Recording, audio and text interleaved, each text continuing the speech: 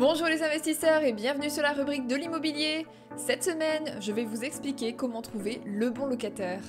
Il n'y a pas de recette miracle, mais différentes étapes sont tout de même à suivre afin d'éviter tout risque d'impayé. C'est ce que nous allons voir dans cette vidéo. Je vous souhaite un bon visionnage.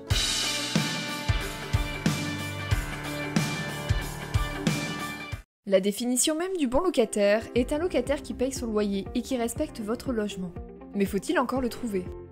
En effet, trouver un locataire fiable et sérieux est essentiel pour un bailleur afin de maximiser ses chances de louer son bien sans impayé et éviter également les dégradations locatives.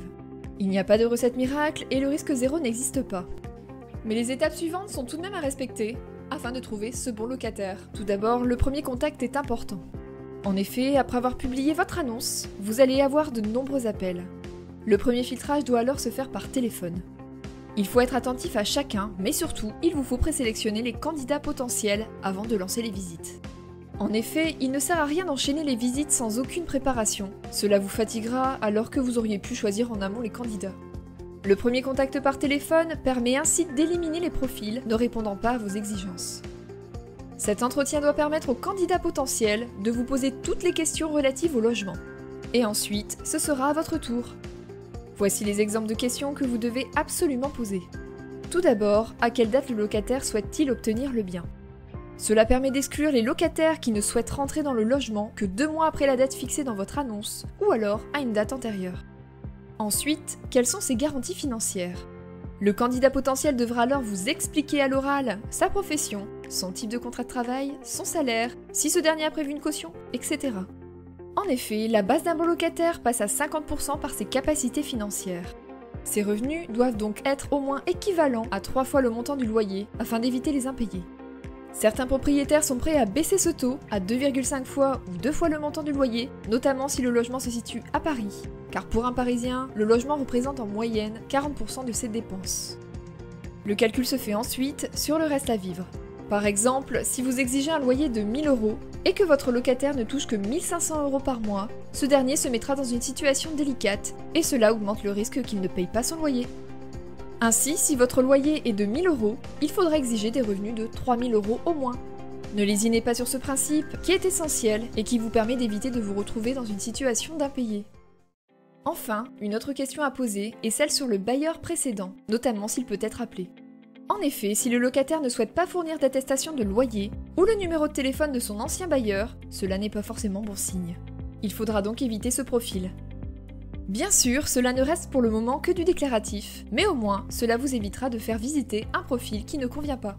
Pour que cela soit plus simple pour vous, il existe à ce titre des profils classiques dont le sérieux est garanti.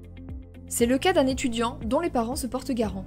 En général, les parents ne mettent pas leurs enfants étudiants en situation d'impayé, et si ce dernier devait l'être, il retournerait facilement au domicile familial. Ou encore un jeune actif célibataire avec garant, bien sûr avec la condition d'être en CDI et de toucher au moins 3 fois le montant du loyer. Ou encore 2 colocataires qui se connaissent déjà car ils seront chacun garants solidaires. Mais attention, il existe également des profils à éviter. Il s'agit notamment des personnes âgées.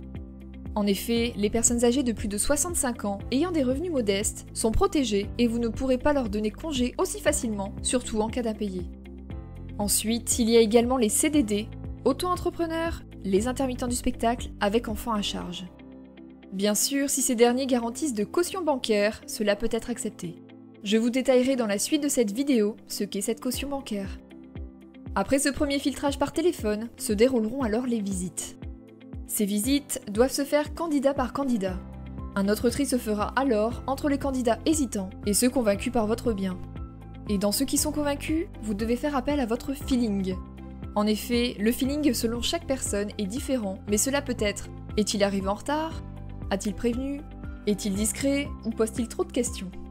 Je vous conseille fortement d'éviter le locataire trop pointilleux qui vérifie chaque mètre carré de votre bien. Cette première relation est importante car demain, cela constituera votre relation commerciale. Si certains candidats rentrent dans les critères, sont convaincus et souhaitent donner suite, vous pouvez indiquer alors les pièces à fournir. Afin que ces dernières vous parviennent plus vite, n'hésitez pas à leur rappeler qu'ils ne sont pas les seuls à se positionner sur votre bien. Cela vous permettra d'avoir des dossiers complets rapidement. Quels documents administratifs sont alors à demander ?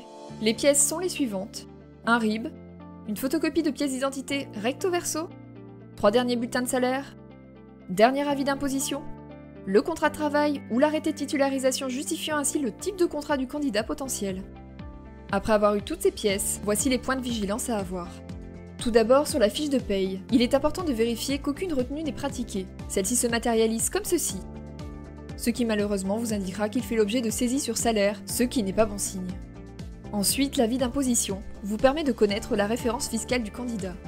Cette référence fiscale vous permettra de vérifier que votre candidat potentiel n'a pas trafiqué ses revenus. Pour cela, il vous suffit d'aller sur le site public suivant afin de connaître les revenus déclarés de votre locataire grâce à cette référence fiscale. Sachez-le, il vaut mieux tout vérifier avant d'avoir de mauvaises surprises. Enfin, concernant son type de contrat, rien ne vous empêche de téléphoner à son travail ou de demander une attestation employeur afin de pouvoir vérifier auprès du DRH que le candidat est bien en CDI. Toutes ces pièces doivent ainsi être fournies et vous permettront de vérifier la solvabilité du candidat potentiel à votre logement. Ensuite, en plus de ces vérifications, et afin de se prémunir contre les impayés, le propriétaire doit s'assurer. Plusieurs solutions s'offrent à vous pour se prémunir des impayés. Tout d'abord, la caution juridique, si le locataire est un étudiant ou un jeune actif. En effet, il vous faut demander un garant, ce qui constitue une garantie financière pour vous en cas d'impayé. Mais il existe également la garantie loyer impayé, appelée couramment GLI, ou encore la garantie Visale. Ces trois types de garanties ont été développés dans une précédente vidéo, le lien étant ci-dessus. Je vous invite à y faire un tour si vous souhaitez avoir plus de détails. Sachez cependant que les trois options en même temps ne sont pas possibles, c'est soit l'une, soit l'autre, sauf bien sûr exception. Mais à côté de ces garanties classiques, il existe également ce que l'on appelle la caution bancaire, qui est une solution assez peu connue par les propriétaires. Par ce biais, c'est la banque qui se porte garante pour le locataire. Ainsi, si le locataire ne parvient pas à payer son loyer, c'est la banque qui le fera pendant 1 an à sa place. Pour obtenir cette caution bancaire, le locataire doit s'adresser à sa banque et doit déposer l'équivalent de 12 mois de loyer sur un compte bloqué. Des frais de gestion bancaire sont toutefois à payer par le locataire, correspondant à 2% du loyer couvert. Ainsi, cette caution vous permet d'accepter des profils de candidats qui sont en général à éviter. Après avoir sélectionné votre candidat potentiel en fonction de son dossier et d'avoir les garanties financières nécessaires, la dernière étape est celle de la signature du bail. La signature du bail est un acte important. C'est ce qui oblige votre locataire à vous payer et donc permettre à votre bien de s'autofinancer et parfois même à vous dégager du cash flow. Vous devez alors informer votre locataire de la sélection de son dossier. Dans ce cas, vous devez lui téléphoner afin de lui apporter une réponse favorable. Si vous tombez sur sa messagerie, vous devez lui laisser un message vocal doublé d'un SMS. Il est important de noter que le candidat doit vous rappeler le jour même. S'il ne le fait pas, c'est qu'il n'est pas si intéressé et que vous devez l'écarter d'emblée. Si le locataire vous demande également de ne faire l'état des lieux que dans 8 jours, il faut savoir que cela ne vous empêche pas de signer tout de suite le bail. Signer le bail de suite montre le sérieux du locataire, mais en plus, cela vous permet d'encaisser le dépôt de garantie correspondant à un maximum 2 fois le montant du loyer hors charge. Il faut savoir que le dépôt de garantie est encaissable le jour de la signature du bail. Pour rappel, il s'agit ici d'une somme encaissée par le bailleur qui sert à couvrir les dépenses éventuelles des réparations locatives, des dégradations et les loyers ou charges impayées après le départ du locataire, ce qui vous protège en tant que propriétaire. Voici donc en détail l'ensemble des étapes vous permettant de choisir au mieux un bon locataire. Bien sûr, chaque cas est particulier, mais attention à ne pas faire passer votre feeling avant les garanties financières, sous peine de vous retrouver en difficulté. C'est tout pour cette semaine, merci d'avoir suivi cette vidéo. N'hésitez pas à me faire part de vos remarques en commentaire, à mettre un petit pouce bleu, à vous abonner et à partager la vidéo sur les différents réseaux sociaux. Je vous dis donc à la semaine prochaine, salut les investisseurs!